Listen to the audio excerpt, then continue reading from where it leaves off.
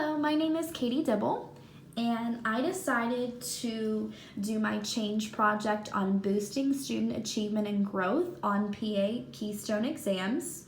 I identified one of the biggest issues in my high school are poor Keystone exam scores. So I decided to propose a solution to solve it.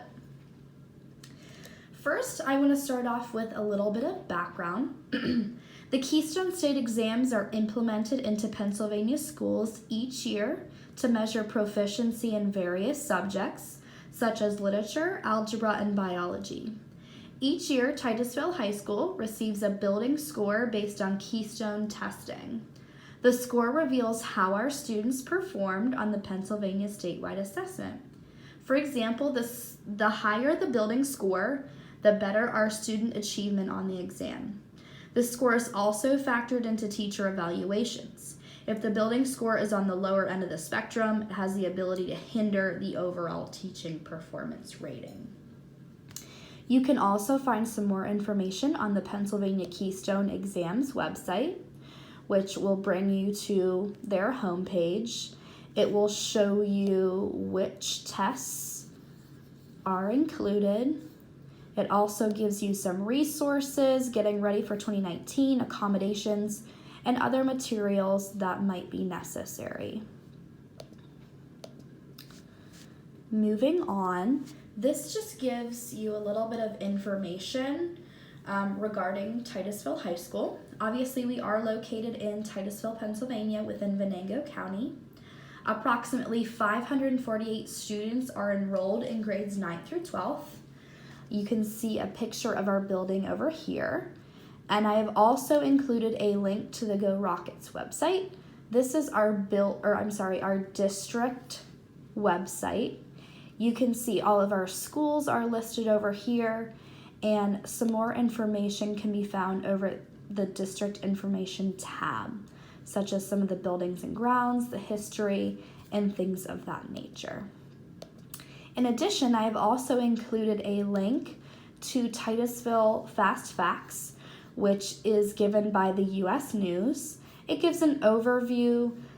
It tells student-teacher ratio, as well as some rankings and other things as well. That's just to help you gain a perspective on Titusville High School. So in a report generated by the Department of Education, the 2018 Keystone exam school level data revealed that at Titusville High School, 60% of 11th grade students tested proficient in literature, 52.2% of 11th grade students tested proficient in algebra, and 32.1% of 11th grade students tested proficient in biology. Excuse me. With these percentages, Titusville High School earned a 0.8 building score out of a possible 3.0. So based on the information provided, it is evident that we must take action to increase student achievement and growth on these Keystone exams. And if you're curious as to where I received my information, I have a link that goes right to the Department of Education website. And what it does is it breaks down the results. You can receive them on school level or state level data. So I decided to do the school level.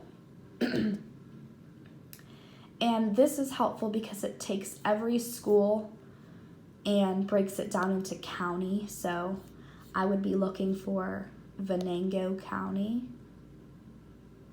which is going to be towards the end here. And you can see that Titusville is listed here along with the other ones in Venango County that I can compare. So this is really useful if you're looking for your school in Pennsylvania. Excuse me. Okay. Moving on. So, with this information in mind, I am proposing a remedial plan to boost student scores on the Keystone exams. Teachers in each tested subject area in grades 9th through 11th will be responsible for allocating at least 15 minutes per week of Keystone instructions.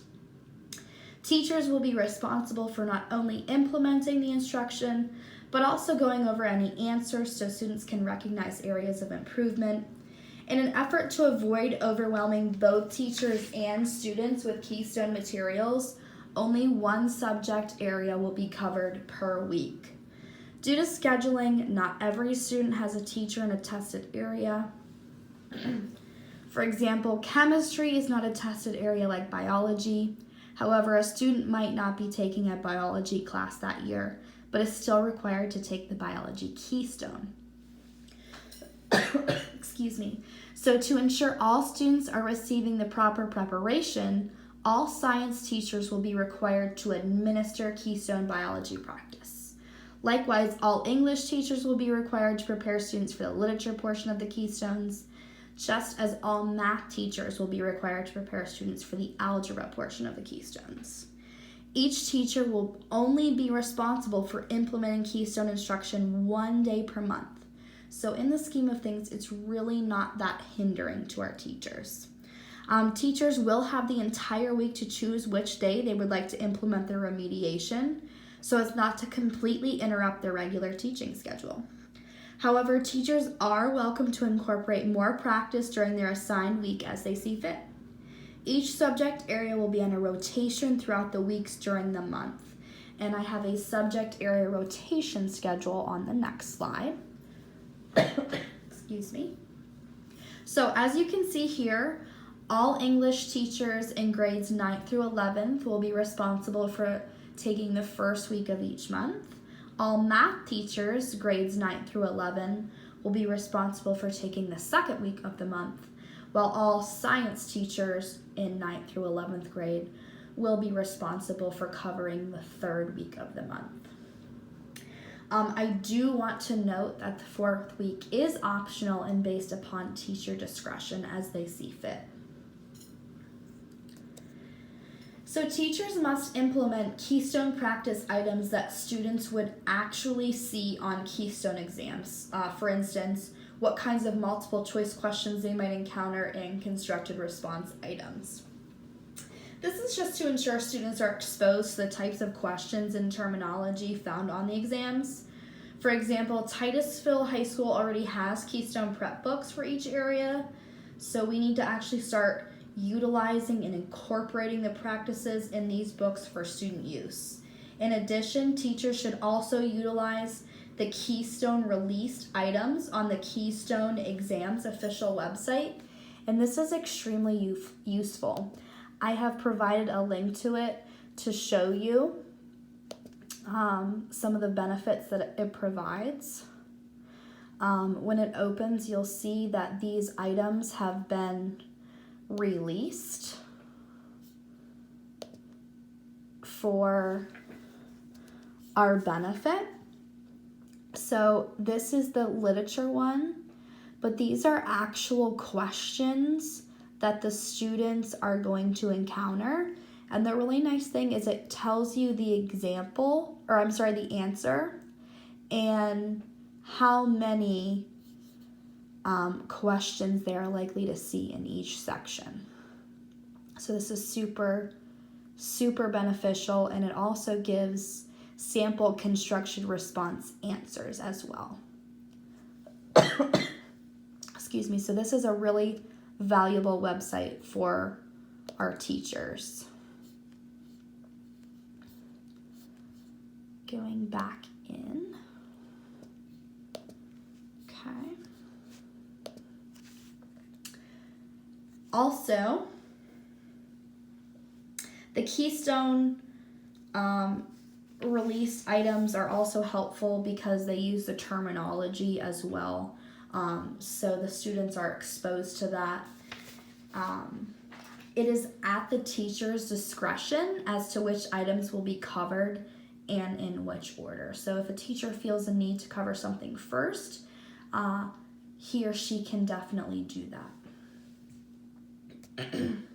Currently, there are no Keystone preparation measures implemented on a building-wide initiative. excuse me, several teachers have taken the initiative to incorporate Keystone prep materials into their classes, but not as many as there should be if we want to see improvement. The purpose of this plan is to increase student growth and achievement on Keystone exams while improving our overall building score that is reflected on our teaching evaluations. As a building, if we do not take the time to practice and refine student skills for the actual exams, we really can't expect our students to improve. I think teachers will be motivated to contribute to increasing student achievement on the Keystones, knowing that their own scores are affected by the outcome. Additionally, it is important that faculty and staff relay how important the Keystone exams are to students. If students can recognize the importance of these assessments, then they will have a greater chance of trying their personal best, which is what we want. I also have listed here the teacher effectiveness system. Excuse me. This just further shows how our observations are broken down. So we have observation as 50%, our building level data. This is where our building score comes in. Teacher-specific data, such as the PVAS rating, and then we have the elective data as well. And these are all components that make up our evaluation. So this is where our building score comes in. You'll notice it is at 15%. So we do want to make sure that we are doing a good job at helping our students and also helping ourselves. Excuse me. So the first plan of action is to discuss this proposal with my building principals. If the principals wish to implement this plan building-wide, then they will further discuss this with the administration. As many of the Keystone exams are completed this year, I would implement this plan of action for next school year, 2019-2020. Before the school year begins, we have in-service days. I would like to take the time to communicate my plan to fellow colleagues by discussing it on one of those days. This will ensure the faculty will understand their role in supporting student achievement and growth on the Keystone exams. It will be important to start preparing immediately so our students can maximize their chances of succeeding during the first round of testing in early December. Excuse me, I'm so sorry. I am getting over a cold. Also, in order to monitor this plan, I think the best method would be to have each department give a monthly report. We have monthly department meetings for each subject. For example, the English department meets once a month to discuss a variety of items. One of those discussion points could be to talk about how the Keystone preparation is going. Each department, English, Math, and Science, could give a brief report stating how the remediation is going, if there are any issues or improvements worth noting, what types of topics teachers covered, etc. Excuse me. These reports can be sent to the principals for review. I will be able to use these reports along with the official Keystone exam results to determine if the remediation is working. If the remediation is working, then we should continue with the current plan. However, if the plan is not working, then we will need to reassess and see what changes we can make in order to help increase student achievement and growth. For example, we might need to increase the time or frequency of remediation each week. Excuse me again. So although it is my goal to have all students proficient in each tested subject, I realize this is quite challenging. Realistically, it is my goal to raise the percentages in each subject by at least 5 to 10% in the first year. In 5 years, my goal is to have each tested area in literature, algebra, and biology achieve at least a 70% proficiency rate. I feel that this plan will have a positive outcome on our scores and help increase student achievement and growth. Along the way, this will also help improve our building score and contribute positively to our teacher performance rating. If we can all contribute a little bit to the solution, a little bit will go a long way. I plan on talking to my building principal soon to help move this solution along. Thank you so much.